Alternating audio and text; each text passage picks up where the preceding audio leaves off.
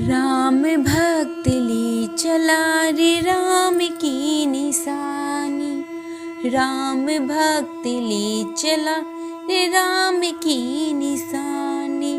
माथे पर खड़ा और अखियों में पानी। राम भक्त ले चला राम की निशानी। इनके शरणों में अब रहेगी अयोध्या राजधानी। राम भक्त ले चला राम की निशानी। जय श्री राम दोस्तों, हमारे YouTube चैनल भक्ति में शक्ति 1000 में आपका स्वागत है।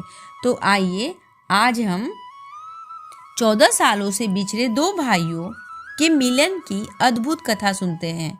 श्री राम भरत मिलन जाने ये रोचक कथा। राजा रामचंद्र वनवास गए थे।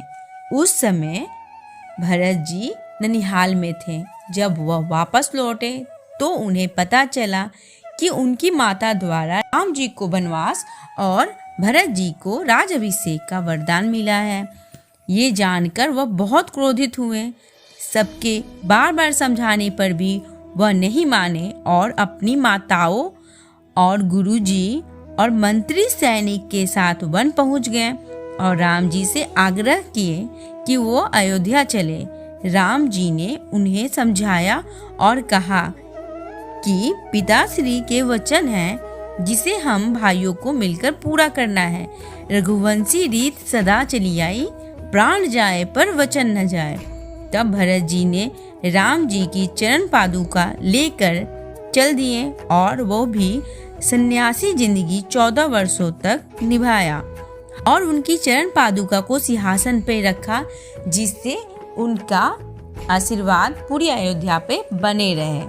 14 वर्षों के बाद लंका धीराज रावण का वध करने के बाद पुष्कर विमान से अयोध्या में जैसे ही प्रभु श्री राम उतरे तो सामने भरत जी और गुरु वशिष्ठ आदि के अन्य मुनियों के साथ अपनी ओर आते देखा तो उन्होंने धनुष बाण पृथ्वी पर रखकर लक्ष्मण जी के साथ गुरु जी का चरण वंदन किया।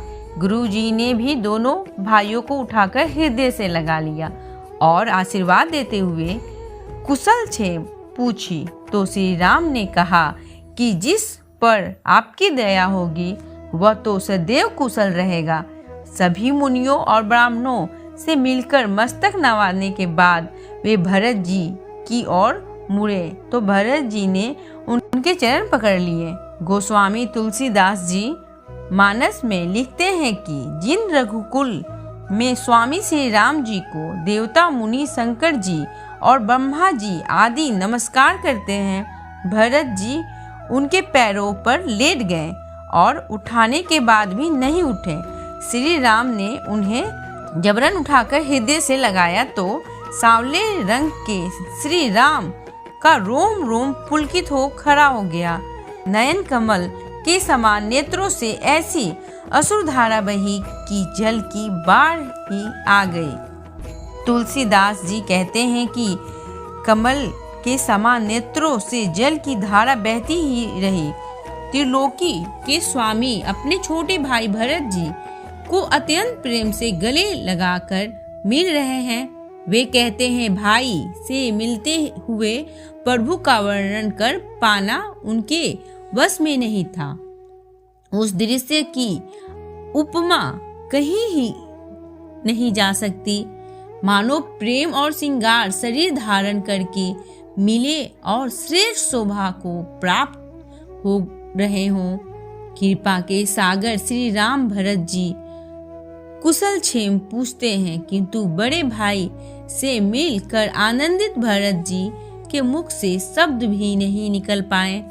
इस दृश्य को देखकर शिव जी भी पार्वती जी से कहते हैं, कृपा निधान से मिलते हुए भरत जी को जो सुख प्राप्त हो रहा है इसको तो सिर्फ वही जान सकते हैं जो उसे प्राप्त करता है। भरत जी ने प्रभु श्री राम के प्रश्न का उत्तर देने की कोशिश की तो कुछ देर बाद ही वह सहज होकर बोल पाए। उन्होंने कहा कि हे कौशलनाथ, आपने मुझे एक दुखी दास जानकर दर्शन दिए। इससे अब सब कुशल है। वीरा समुद्र में डूबते हुए मुझको कृपा निधान ने हाथ पकड़कर बचा लिया। भरत जी से मिलने के बाद प्रभु हर्षित हो कर शत्रुघ्न जी के हृदय से लगा लेते हैं। इधर लक्ष्मण जी और भरत जी एक दूसरे गले मिले। लक्ष्मण जी ने शत्रुघ्न जी को भी गले से लगा लिया। 14 वर्ष का विरह से उत्पन्न दुख का नाश हो गया। इसके बाद शत्रुघ्न जी सहित भरत जी ने सीता जी के चरणों में सिर नवाकर परम सुख प्राप्त किया।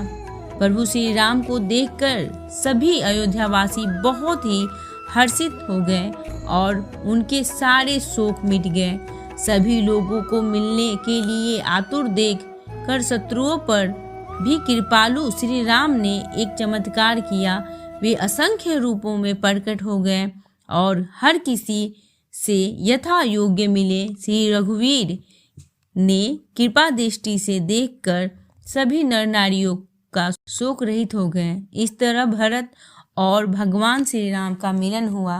नमस्कार दोस्तों, हमारे YouTube चैनल भक्ति में शक्ति 100 को लाइक करें, सब्सक्राइब करें। नीचे जो बेल आइकन है उसे जरूर दबाएं ताकि हमारे नोटिफिकेशन सबसे पहले आपके पास जाए।